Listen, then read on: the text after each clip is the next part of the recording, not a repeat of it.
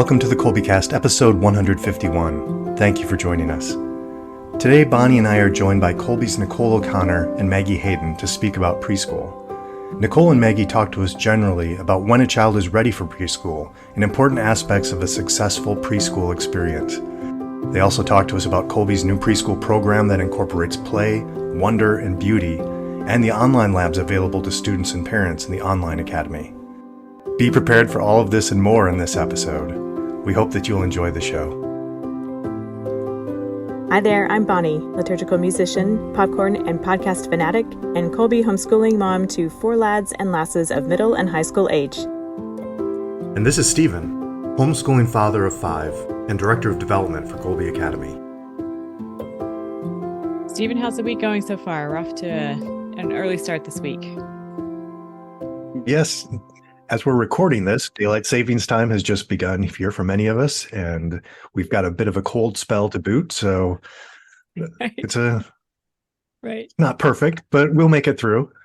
Indeed. Yes, we will. That's the spirit. It did not register with me when I scheduled this that it was the day after daylight savings time. But however, we've got some pros here that we're going to make the best of it. So we're continuing our series of enrollment season episodes today for looking at the 2023-24 school year. Listeners may have heard mentions of a preschool program rolling out next year. And so we have Nicole O'Connor, elementary online learning director, and Maggie Hayden, our curriculum director, here to tell us all about it. Hi, ladies. Thanks for coming back to visit with us. Hi, Bonnie. Thanks for having me. Hi. I'm very excited to talk about this program. Thanks for having us. Sure. It's always great to talk to you. And I'm really excited to hear about this. I know something like this doesn't come together overnight. So what all has gone into crafting this program? Right. Well, I guess I can start out here first. This was a program that the initial conversation was when I started as Kolbe's curriculum director. One of the very first things Mary Rolls and I talked about was the fact that we needed to have some kind of program for little kids to do, just because partly it's fun. That was one of the first things that we were talking about. But it also then came together because Nicole has taught in a preschool in the past, and she had all sorts of little great crafts and ideas and little directed, games that she had played in the classroom with the kids. That really got me thinking when we were starting this, because I was thinking that is something so many parents had told me they didn't know how to play with their children, what to do, how to play with them. Tell them to go off and play and they don't want to go off and play. How do I help them? What kinds of games should they play? And then I also realized there's a huge difference from like our generation to this generation, because we didn't have iPads. Right. So we had to play with toys. Mm-hmm. And you had to be creative and you had to come up with games. And kids today don't have to do that. So it occurred to me that there are so many games from the past that were really things that, like I saw what Nicole was putting together for her little preschool group, that hit me. A lot of parents don't know about those games. They brought back memories to me, but their kids did them in school, or they never did them, or they were on iPads. And when I was talking to little kids just around the area too, they didn't know so many kind of classic games. So that was one of the starting points, was just this desire to communicate with parents, just all these fun sorts of games they can play with their children, and the reasons for it, that there are different kinds of games. You want your children to be creative. You also, games like Simon Says had a reason. You wanted kids to be able to follow rules, and there are consequences for things, and pay attention. And then I wanted the children to learn manners, and games that involve manners and safety. So there was a lot of that went into kind of the initial kickoff of this idea of a preschool program. Nicole, do you have anything you want to add here, or do you want me to jump into more? I love how you started by saying when you and Mary Rolls were talking about how fun it would be. And it really is. When I think back, my years, I was on the board of a co-op preschool, and then I served as their reading instructor. And when I think back on that season of my life, it was so much fun. Like just playing the games, you get to kind of, be a kid yourself. You're playing the games with them. And I will admit, as a parent, I do struggle with like my kids love imaginative play. And that's a struggle for me. I love it, but it's definitely not my strong suit. I love playing more of like the logic. I love playing Uno with my kids and playing some of those number games or red light, green light, or things that are kind of working them towards executive functioning. But when we're playing princesses or tea parties, I run out of things to say. Yes. So it's always a lot of fun. I love designing games that would help kids work towards literacy. So that's something that I really am excited about in this program, is when we think about what the online labs are going to be, what are those fun games they can play in that little, time that they're together with other kids that they don't even realize that they're learning. They don't realize that the little thing, it's like maybe an A, but it's in a bug and they're swatting the flies or whatever. It's really leading them towards learning to read. So yeah, all for the fun. And in the games that we've come up with for the kids, there are things like that, like even games like War. It's kind of a classic card game, but little children can quickly learn how to count because they're motivated in this game and they start to notice the card pattern. So that's a natural start. It's things like that. Over the years, I've found these games that are really helpful for teaching children certain skills, as Nicole was saying, the reading and math and memory skills, the kind of pre-memory with like memory games. So those games are school, but they're fun. And it's also nice because if you have a child who's imaginative and extremely imaginative, they want to do it their way. They always want, well, now we're going to play this and you do this and I do this. And you have to say this. And they're always directing everything. And that's great, but they'll never be a good teammate if they aren't able to follow somebody else's directions. And I've seen that a lot with children who have that really high imaginative abilities with imagination. They sometimes can't do and don't do the basic things. So that executive function, as Nicole was talking about, is something that if you don't make them do other games when they're young, you might have more problems later on. They'll be the kinds of kids who say, oh, I know how to do this kind of math problem, so I'm not going to write out the steps because I don't need to.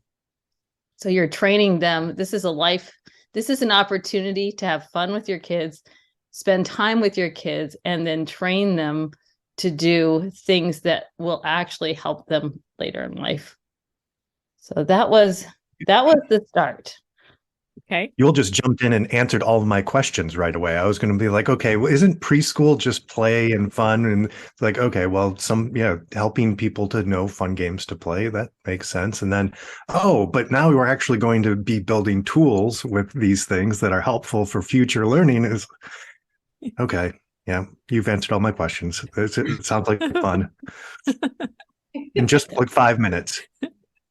She's efficient that way. Formative time in their life too, right? It's so, preschool is one of the easiest, but also most complicated educational windows, right? Because play is so important, and we do want them just run outside, play in the dirt, make mud pies. All that is so important, and it's part of them, exploring the world around them, and putting awe in God's creation around them. That's all top of the list.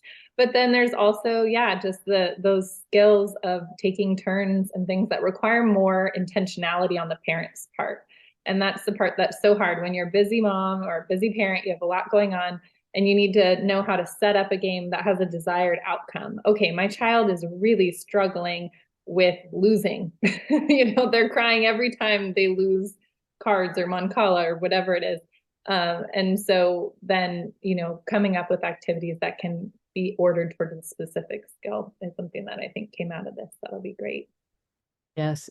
And as Nicole mentioned, for a busy mom, that was the other thing. There are so many great games out there that take so much setup and prep from a parent that, well, it's great if you're the mom who has, 5, 6 kids, or you're working or whatever, you feel guilty because you get to the end of the day and you're talking to a friend and your friend says, well, my kids got to do this, this, and this today. And you're thinking, I'm a failure because I got dinner on the table, but what else did I do? And I don't play with my kids. I don't have time to play with my kids. So one of my desires here was to find games that were easy for parents to just implement things. It doesn't require a lot of preparation. You get a few supplies. We even have supply lists for people. Just these are the things you need. You can go to the grocery store, get the stuff, and you're set. And we have seasonal menus. You can put it up on your refrigerator. So every Friday you pick a game from your menu list, and it's right there, what supplies, and it takes you, 5 minutes or so for preparation, and you're off. And so you have that window. It can even be you're making food for the kids and the preschoolers in the kitchen with you. Most of these are things you can do while you're doing something else, and they're there with you. So but then we went from there into all sorts of other things. We started with play. And then Nicole and I were having a conversation about the need to expose these little guys to beauty because they respond at this age. They're like little sponges. They want what's beautiful, and then also memory work. So we ended up having supplements in the back where we have prayer lists that they can memorize, and we teach them the prayers, and we incorporate it into their journal. So they're doing the prayers and thinking about the prayers and cutting out images they paste about the prayers and having images to color. And then also poetry, the same sort of approach with fun poems that little kids just love, things that are good for them with like finger play as well, like bird talk, or things said the robin, things said the jay, very sing-songy, very upbeat, talking about animals, which is what the little guys love. And so you have things like that. And then we also added in an art component where we added in beautiful works of art because we wanted to expose the children at this age to, looking at the paintings and noticing. And then Nicole, do you want to talk about what you're doing with that in the online program? Yeah, so the curriculum is really the foundation of the program. So we have the beautiful imagery in there. We have, the poems, as Maggie mentioned. And so what we're looking to do with the online labs is just take that further. So to sing the songs together with the students, to do, the finger play songs and the counting and things so they can see each other and interact with each other. I also hope to have them kind of to practice those manners and those presenting skills, not presenting in the sense you think about it in high school, but just show and tell, or, getting in front of their classmates. Maybe we'll have them dress up nice one day to talk about their bird talk poem or things like that. So looking to have opportunities to just grow their wonder, grow their confidence, and then also teach, like we said before, some of those life skills that they get at home, I'm sure. But when there's a teacher in front of them who's holding them to those manners or to those different games and things, it really takes it a little further. And I'm excited because I know for a lot of little kids, learning a poem is great, but then they want to recite it. And you have a window where they're comfortable doing that. So having a teacher in a class where they can go into and recite the poem is going to be really good for a lot of those little kids are just going to love that kind of thing. Then they're comfortable for the future. They can do it again because they've done it before. And then has the best stories. Kindergarten, they're so eager to share too. So it's fun. They have that preliminary confidence. Many of them, they want to share all the things about their pets and their friends and all that. But then also, them having the affirmation of doing a good job for hard work and things like that is also such a great benefit. Yeah. And we included, like Nicole is saying, those finger plays. The finger plays are there. That's obviously easier, fun to do in a group. That's a good group activity. But even without having that, we've done things like we have a book and a song that goes one for each quarter that they can go through, and lists of other classical music pieces that are kind of classic for the kids to listen to and maybe draw while they're, listening. But things like, for example, Peter and the Wolf, the instruments make sounds that sound like the like the music, and you read the story. It's like, yeah, that makes sense. Right now I'm hearing the sound and it stands for this animal. So it's things like that to help them notice things in the music. We have, I think, 4 different ones for the first year.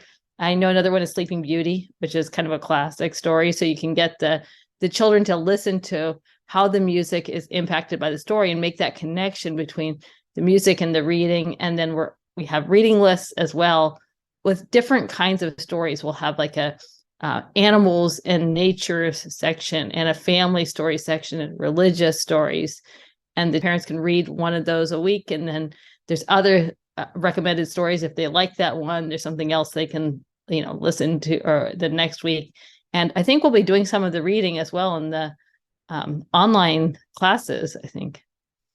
Yeah, we will. The teachers love doing read alouds with them and getting them involved in the read aloud. So that'll be a part. I think it's Tuesdays that we have a reading readiness lab. So in that, it'll be a lot of those great reads happening in there. It sounds great already. You've mentioned several components of it that are very appealing and clearly well thought out and coming from a lot of experience.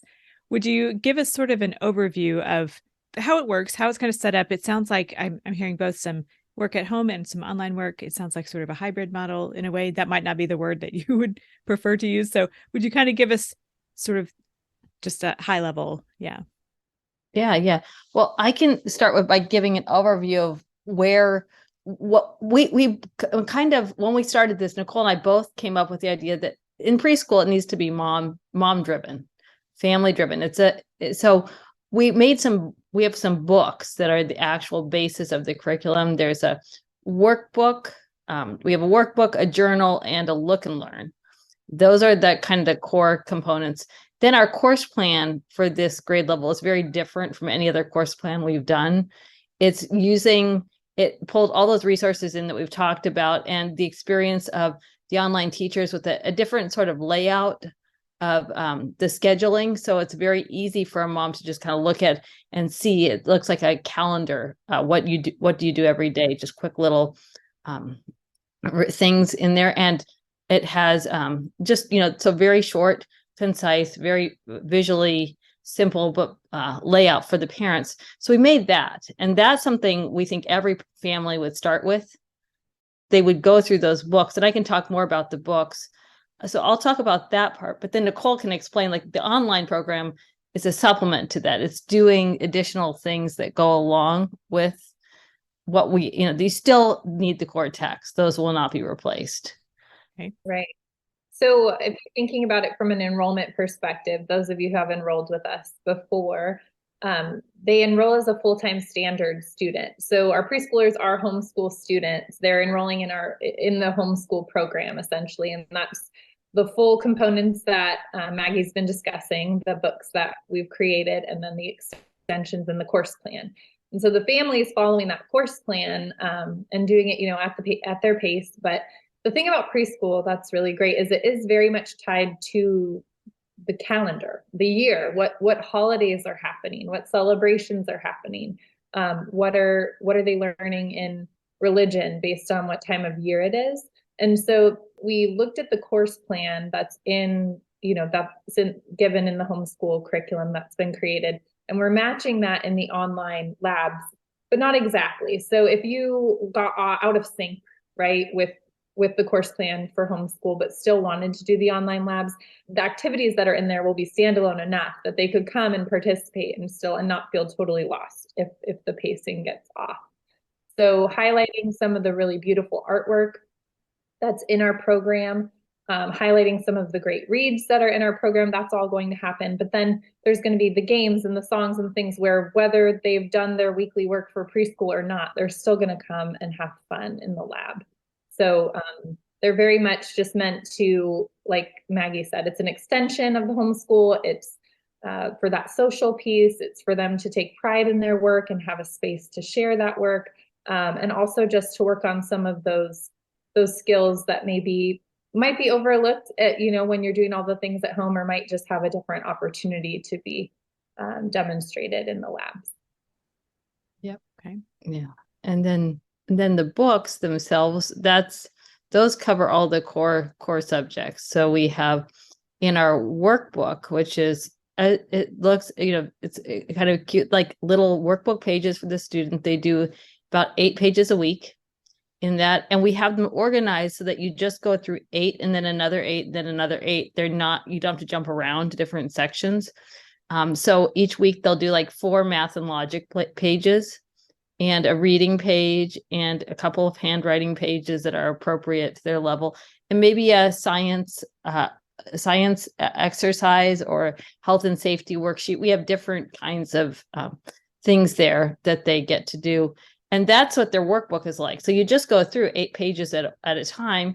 And if you did fewer, it wouldn't matter because we separated them out. So you might do 2 math pages and 1 English page. And then, you'd come back and do another couple of math pages. But it's all laid out for the parents. They can just go to the very next page and they're getting all their core subjects. The way we put it together with that book was just research as to what little kids are good at doing. We looked at a lot of different things, what's out there. We had a lot of little children in our curriculum department children of people who worked for us and teachers who volunteered and friends of teachers. And it was just wonderful. So we had a lot of the pieces tested. So just to make sure spacing was right, instructions were clear, activities were engaging. So I feel very confident going in that we've done enough testing with this product to know that the worksheets are age appropriate and the children are enjoying them. And the math and logic, it was both areas. It's, very basic counting up to, like 10 by the end, which is what you'd expect. But we did things like find which house this person lives in. And we have like a little grid. They don't live in the house with the dog, so you can mark this off. And, and things like categorizing, which thing doesn't belong. So we're working on a lot of different logic skills along with the math. And the writing was all directional. It was moving the pencil across the paper, scribbling the stars, developing their motor control in a stage throughout the book so that they're doing the hardest things at the end and they're starting with really easy things. Even the mazes at the beginning are very basic and they get more complicated at the end. We simply teach letters to the kids, just the very basic letters, sounds, names, tracing them. For little kids, it's important not to just trace with a pencil, but trace with your finger. So we have finger tracing exercises for them as well. And then the science are all quick, easy things. You'll find the supplies in your house. And we have fun little things where we have them do an experiment and then draw what they've observed. So the children actually have an activity following up after they've done something. So that was our workbook. And then our look and learn, it started as part of the workbook, and then we pulled it out because we wanted it to be on beautiful paper and look just so gorgeous. We have works of art and questions to guide the children. Some are very practical questions like, how many sheep do you see in the picture? Because that's observation and there's just like 2 or 3. Or can you find a horse? And there's a horse in the corner. But some of them are more imaginative. What would you be smelling if you were here? What would you be thinking? Can you tell a story? What game would you like to play? So we have these questions to encourage observation and attention to detail and creativity. But we also had fun things like we'd have 2 pictures and one of them would have a purple curtain and the other one will have a blue curtain. And they get to choose which, what's the difference. So we're having them notice just basic differences at this level too, which is an important skill to be able to make that discrimination. And then we included beautiful religious artwork and we focused on the 7 I am statements for the children. So 7 things that Christ said, I am this or I am that. Because that's an important thing to give them that imagery of Christ, who should be their first, other than their family, since we're focusing on what they know Christ. So here are the 7 things Christ said he was. And then we have the 7 parables of Christ and beautiful artwork to go with that. So that was our look and learn book. And then the journal works with the course plan, but it has really cute little cut and paste and it's working on all the motor skills activities that we had. And it goes with the, again, religious symbols. We have a book called Religious Signs and Symbols and a little Bible book, which they can do, and then they can cut out images and paste them in the book and think about those, like the triangle representing the Trinity and things like that. So that was our program. It's all sounds so integrated. You get all that has gone into it. Much like the rest of the Kolbe curriculum they will encounter as they continue to move through their school years. The integrated Kolbe curriculum starts now. It sounds just amazing. I wanted to mention at this point, and I'll mention it again, that Maggie and Nicole have given a webinar on the preschool program. I will include a link to that in the show notes. In that they go into greater detail and show examples from the materials that have been produced in-house at Kolbe. It's been wonderful to see that coming from the Kolbe Publishing Division and the other materials that go along with it. So if you're listening now and thinking I want to find out more, but I don't have a way to write it down or anything, that we will include a link to that in the show notes. So I'll mention that again here at the end. So I remember you saying something, Nicole, about parent monthly meetings with the online component. Would you say a bit about that to go along with the other components? Sure. So when I was on the board of the preschool that I served at previously, we had monthly meetings with the parents. And I always looked forward to it. It was one of my favorite parts because you're all kind of in the trenches going through the same things. The things that are on your mind as a new parent for some and as a veteran parent for others. And so when we were talking about doing preschool, that was one piece that I felt needed to be a big part of the program, was the parent community, the parents kind of getting together to discuss what they're doing for their child, and also to have a resource or someone who could kind of answer questions or just kind of guide that conversation. So the goal for those parent monthly meetings is for kids who are enrolled in those online labs, their parents will be part of a group that meets once a month. And they'll talk about ways to integrate the faith into their home life. And so we have our liturgical living email that goes out every month from Kolbe. So they'll use that material as part of what they discuss. So feast days, saints, things that are coming up, and ways you can bring those to the elementary and the preschool level. So, are you baking a cake on this day? Or here's a fun recipe. Here's the salt dough that we do for Lent. That's one of my favorites. In our family, we make a salt dough and we put all the toothpicks in for the thorns, the crown of thorns, and we take them out as we do sacrifices. So things like that, maybe one mom has something she's been doing forever and another mom's just looking for new ideas. And so sharing that. The other piece will just kind of be talking through the virtues and the curriculum that they're working on. So here are the skills we're looking to work through in preschool for this month.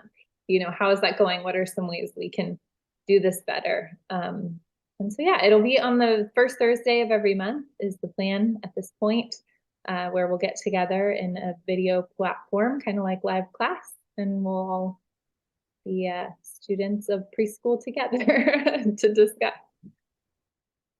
It's really nice that you can have that community around you and get that support if you need it or want it. And it's nice to know have a reminder that it's there as well. Of course, so when you're enrolled with Kolbe, you've got this community out there, but you don't always get to see them. So this will be nice. Definitely. Okay, so how can families determine if their youngsters are ready for the program? How do they know?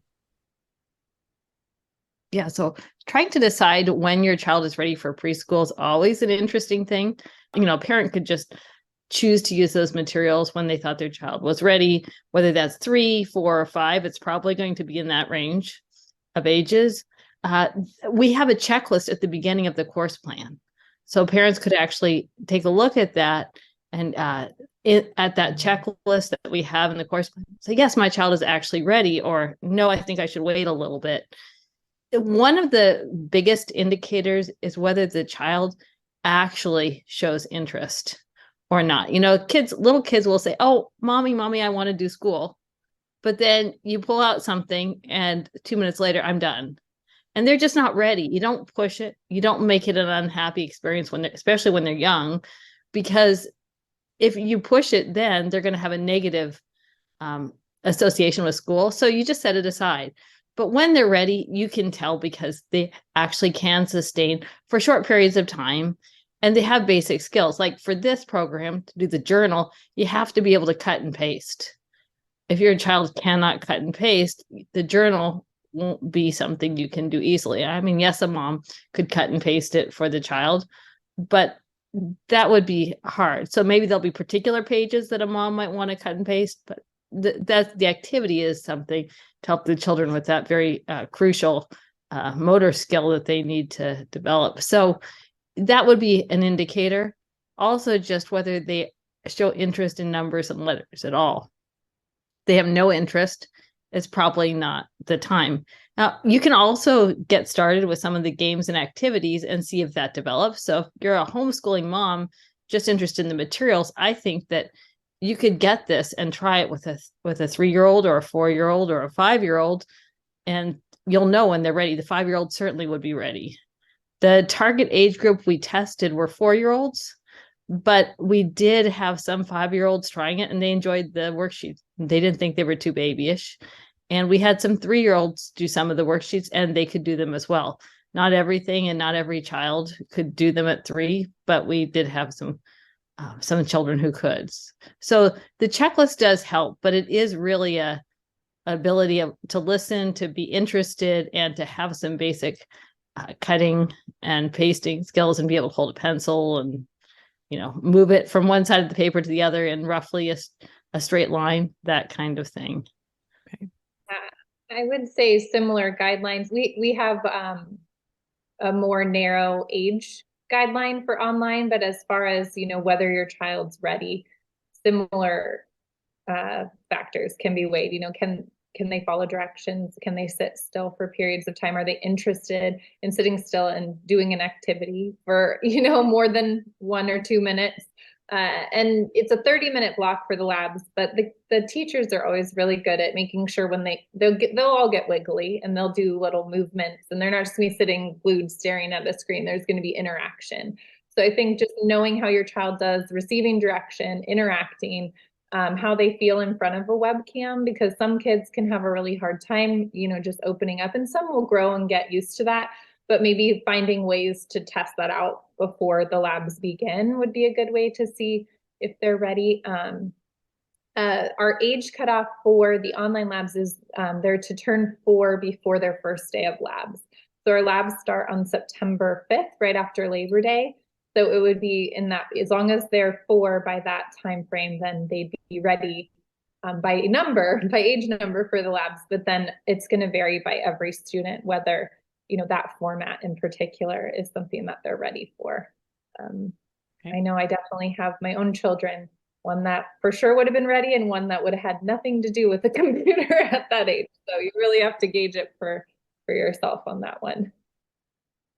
You're talking about that just reminded me of, I regularly Skype my parents every Sunday, or my mother now. But getting my children in, especially when they're young at that age, and they just loved seeing themselves on the camera. And so they would be doing the craziest things. And it's like, okay, yeah, you wouldn't be ready necessarily for the class here at this point. Give them another year and see if we can do that. But that's funny.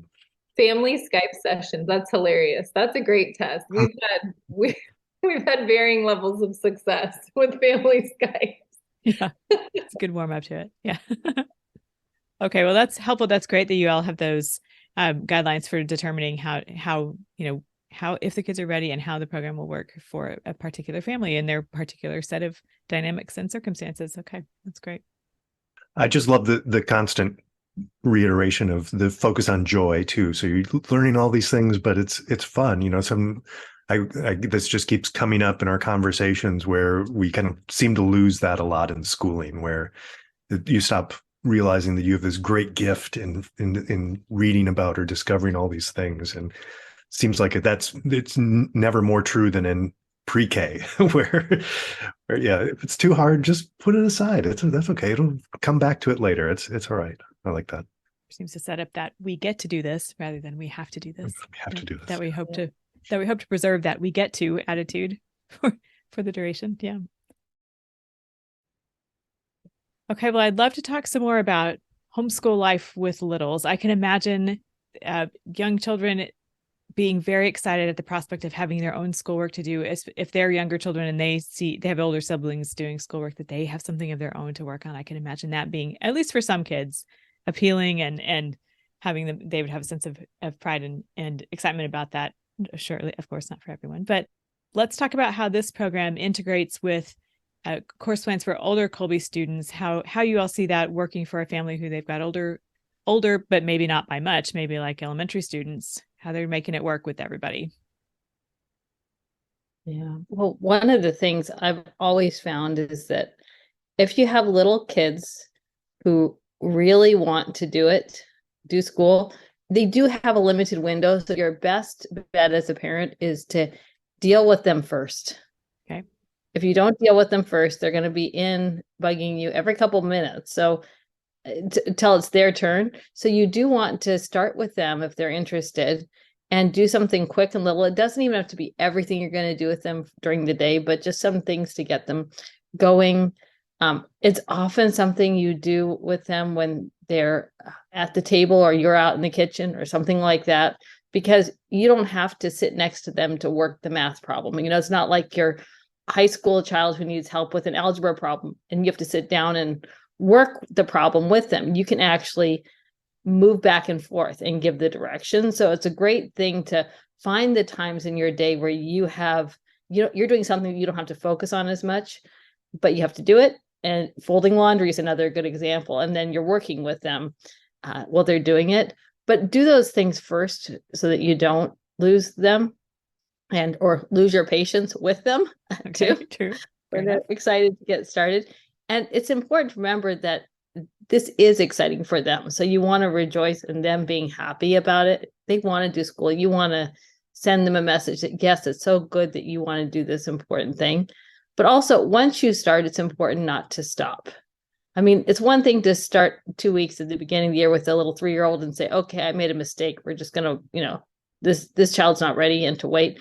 But if you have a 4-year-old or a 5-year-old and you get started and you get 2 months in and then they are unhappy, you do need to keep them going with it. So that's one reason why I say things like our labs may be a really important thing for some children who can do it and just decide after a little while that they don't, because there is an inclination with children sometimes to say, okay, that was fun. I've had my fill, I'm done. Yeah. And it's important to keep them going, just like keep that habit up when they can do it and they've started it. You don't want them to think that they can just get out of it because they're no longer interested. So that's the other challenge I found as a homeschooling mom and in talking to moms. It's like first couple months going really well, and then all of a sudden this child doesn't want to do it anymore. And the mistake is to make them perhaps keep doing what they're doing. Like maybe they need a break from that, but you don't stop doing school with them just because they say they're done. You can even end their school year a little earlier than their siblings, but you got to keep them going. So you need to find activities and things like that for them to do. But the way we set up the curriculum here is it's set up for that busy mom. So if you're really busy and you aren't going to do the online courses and you don't have the time for the extra reading, you can just use the workbook. They're going to get some good things out of that. The mom can use the workbook, do a couple pages a day and meet that need. But there is all this other stuff and it's not difficult to do. And then there's opportunity for the engagement in the online, which again is not difficult. And, I would not trust my little preschooler on a webcam without me, but this half hour, and that's why. It's not a big session. It's because parents are going to have to be there, or a sibling or someone who can be responsible to help them. But what a great opportunity for them to get on the webcam. And again, you can, early on, give them something formal and structured, and they can participate in that.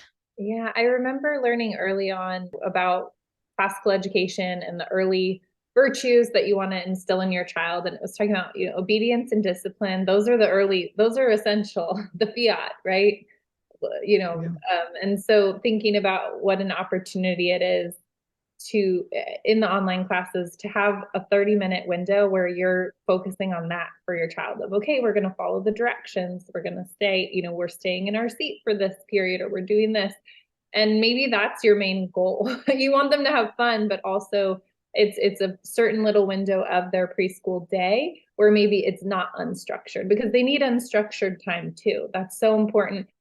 With my children, we always found we needed to rotate between unstructured play, a little bit of structured play, and then got to go back to some unstructured again, because they can only handle that that need for boundaries for that certain amount of time. But it's so important. It really informs everything else. The one thing that we found really helpful with multiple ages at home is making sure everyone has their thing, their space. And so when we pulled out homework books for the older kids, even before the youngest had homework or anything, she had her book. And maybe it was a coloring book for one season, or maybe it was stickers, but it was like she had something that was hers that she got really excited about. And I feel like that was something that really helped with, because otherwise she was, waving behind the screen and getting in everyone's business and trying to be the life of the party, which is great. But when she felt like she had her workbook and her pencil and her tools, it just really encouraged her to kind of challenge herself a little bit and try to participate in some of those activities that took a little more mental stamina. Makes sense.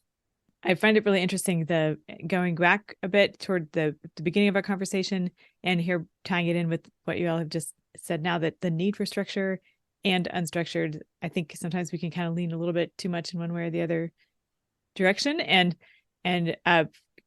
hearing you go over many of the skills that are the goals of preschool in terms of relating to others and living in community with your family and the larger community, that those are easily lost sight of. I think that here we think we're okay with preschool time, we're ready to read, or not yet, but we need to get started on these school skills or whatever. But these other life living, being a person in the world dimensions are, that's as much a part of it as the academic side. Yeah, for sure. Okay, well, let's talk a bit, kind of extending from there, about working and homeschooling. You acknowledged several times the reality of so many of us being busy with many things happening, many demands on our time and attention. So let's talk about working while homeschooling, making those two work, either in your families or what you've experienced through your work with Kolbe. Well, my experience is I have 5 children, and when I had the oldest, my oldest child, being the oldest, wanted to do whatever I was doing. So it didn't matter what it was. It was really actually fairly easy, because if I was teaching a science class, she had a science book right next to me that she was doing. First, not really doing it, but thinking she was, but then, actually starting to pick up things and listening to conversation and picking things up from that as well. So I would say with my oldest, I didn't find the need for as much structure to build in the structure, because the structure was kind of there. I was the only other person to relate to on a regular basis. And so she was my little sidekick when she was little. It was just, I still remember, I was teaching a high school earth science course, and she went and found a middle school earth science book when she was like 3 and brought it in the room and sat down next to me and was opening it up and looking at the pictures and trying to find what I was talking about. So that was really good. So some children are like that. And I think that's more your older side of things. And then I had the time to do things, my time was directed to that one. Now that I have 5 and I have my youngest, I'm working, and I'm not that I wasn't working then too, but I'm working and I have all these children. I find it very important to give each child times that they can work with me, because I also have high schoolers I have to meet with and a job to do. But that sometimes means being very creative. Like, I tend to do more of my schooling with my little guys in the summer when my older kids are off school, because that's a time for more focused attention that they can have first. And then during the year, I find things for them to do, like the online program would have been perfect if they were that age, because I don't have to do as much at that point. So I found it's really working with what you have, what your schedule has given you. And finding the things that you can sort of plug in there to make work. And for me, it's summer, and I love that because I get into the school year and I'm like, I don't know what this year is going to be like with my older kids, but my little kids are so ahead right now because I'm thinking in terms of school years. That's been really a huge motivation and help for me. It's a great idea. It's also like summertime can be so like, what do we do now? Okay, it's a good time, or it's too hot to be outside. It might as well be super cold. So to use the time that way, that's a great idea. Yeah, I know one way that I have seen just from working with a lot of elementary families who have multiple kids in the elementary program is that sometimes they'll stagger schedules. Some families prefer that so that they can, be with the one kid in the morning and they know another has live class in the afternoon, or older siblings can help younger siblings. And also they're not all using the internet at the same time. Right, So that's one way I think families have navigated it. Some families prefer all their kids are in live class because they order their homeschool day around that. So live class is kind of everyone's quiet or doing something time. And then they have more unstructured or family driven instruction and things at the times they're not in live class. So I think there's a lot of that playing around with family life schedule that has to occur in the beginning, especially if you're working as a parent, where you need, it depends on the kind of flexibility you have with your job, whether you can structure, when your live meetings are for your job, either against or at the same time as the live meetings of your child. Yeah, I just work on the East Coast schedule instead of my normal time zone. That's my hack. Okay. So. Yep. Yeah. Yep, for sure. And so apart from schooling, my children, my little ones in the summer, and I'm getting to the end of that period of my life where I'll need to do that, because once they can read and start to, really read on their own, then you can handle it during the school year and have a regular school year in summer. But the other thing somebody gave me as advice, and I found it to be the single most helpful thing I've ever done in schooling, is we talk about having a break week at the end of every quarter with everything you can. So if you're in an online class, you do have to keep up with the schedule there. But in every other area, I like that week at the end to catch the kids up with whatever we need. That's a week for focus and unwind and look at, what hasn't been working. It's kind of like an examination of what hasn't been working, what child has slipped through the cracks, what subjects are going to need more time and attention. And it gives you a chance to kind of rethink your schedule and try something different. Maybe then the next quarter, you're going to be starting with a younger one when you were starting with an older one, or maybe you're going to focus on particular subjects or put something on hold for a while, or, it's just, that has been really helpful, kind of a relief at the end of every quarter to do that. And honestly, when the kids get to an age where they can do online classes, it hasn't been a problem because there are breaks built in there. So I've already kind of examined where they needed help there or didn't. So it's, that extra week is just my time to look at the things that they're not in classes for and see what help they might need. That was something a mother who had, I think, 10 children passed on to me. And as her biggest, this saved her schooling. And I thought, oh, that's nice. That's just one of those other schedule things. But it's really been the single best thing I've ever tried to kind of get through with all my older children and all their subjects and everything. There's that week where it's just and it's catch up. When it's a high schooler, it's usually, hey, you're behind in this subject. I need you to catch up this week. And then I'm looking at, why did that subject fall behind?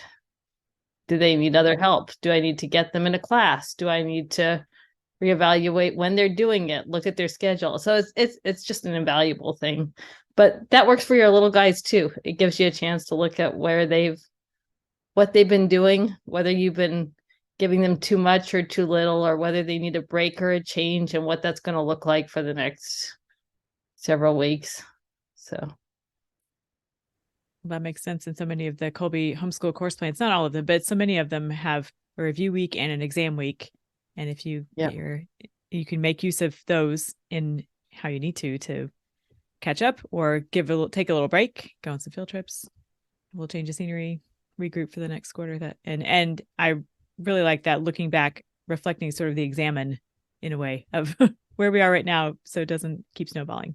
It's great. Yeah. Okay, so this is so appealing. Everything you've put into it, it sounds wonderful, and I'm excited to see how it fares the first year. I imagine it's going to be great and go up from there. What are next steps for families who are interested in this program? As far as the curriculum goes, there'll be it will be up in our bookstore, so families can, once they're enrolled, they'll be able to select the curriculum and see all the bundle of the materials that are needed and purchase those. You can also just go directly to our bookstore and purchase them. And for the online program, I'll let Nicole speak to that. Okay. Yeah, so for the online, so you'll want to make sure you enroll in the Kolbe as a full-time standard preschool student. And then after you enroll, if you're interested in the labs, you have the opportunity to add those as an add-on to your homeschool enrollment. And so your advisor can walk you through that. If you have more questions about the lab, you can sign up for full-time standard now, think about it, and add the labs in a little bit, as long as there's room. So yeah, I guess next step would be either to go through the normal enrollment process or speak with your advisor to get more information. All right. Well, we'll be including some links to these jumping off points in our show notes. So head there to find out more about what we've talked about today and to find the links to the webinar that Maggie and Nicole gave here recently that goes into a lot more detail, as I was mentioning, about the materials and how it works, the day-to-day of the online lab schedule and so forth. It's always great to see you. Thank you guys for coming to tell us about this fantastic new program, and I wish you all the best as it gets off the ground. Thank you. Thank you. Talk to you soon. Subscribe to the Kolbecast on your favorite podcast app so that you don't miss an episode. And let us know how we're doing by leaving a rating or a review. And as always, feel free to email us at podcast@kolbe.org. Mary our Mother, pray for us. Saint Maximilian Kolbe, pray for us. Ad Maiorem Dei Gloriam.